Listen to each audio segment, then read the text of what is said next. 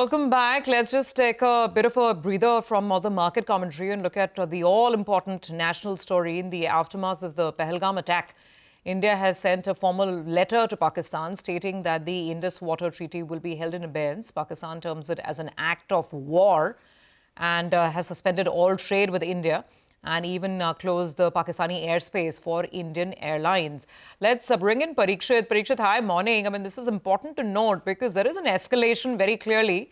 And, the Pakistani response is also, very, very far from measured. What is the latest?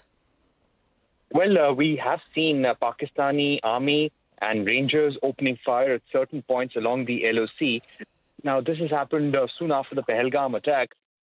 India has been responding effectively. So far, the Indian Army says no casualties have been reported. And even as far as violating the ceasefire or firing across the LoC, these are things that Pakistan has done intermittently over the years.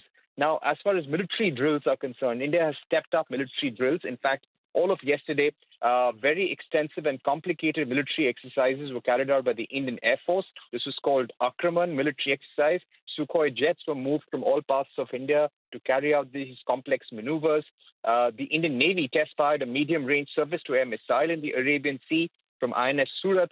We've got the Army Chief General Upendra Dwivedi, who will be leaving for Srinagar and Udhampur to review all security situations and meeting top military commanders in the region. You were right when you said that the Indian government has issued a formal letter to Pakistan putting the treaty in abeyance, saying that sustained cross-border terror makes it impossible for India to live up to its obligations under the treaty. At the same time, a lot of support coming from India from world leaders, President of France, President of Egypt, King of Jordan, PMs of Israel, Japan and Italy have called Prime Minister Modi, and all world leaders have been expressing solidarity with India. So clearly, at the Home Ministry, at the Defense Ministry, at the External Affairs Ministry and the PMO, at multiple levels, plans are being chalked out to retaliate against Pakistan. Parikshit, I know completely unfair question, but there is, of course, a fair bit of focus on whether this will escalate in a military way. Anything you're hearing? Well, in the past, when there have been terror attacks from Pakistan, such as in Uri, in Pathankot and other places, India has carried out limited, calibrated strikes in Pakistan. We saw that Balakot also, where there were Indian Air Force jets, which carried out attacks on Pakistani terror launch pads. So this has happened earlier, so one cannot rule it out. What the opposition is saying this time, that yes, there was a unilateral Balakot strike that you had carried out.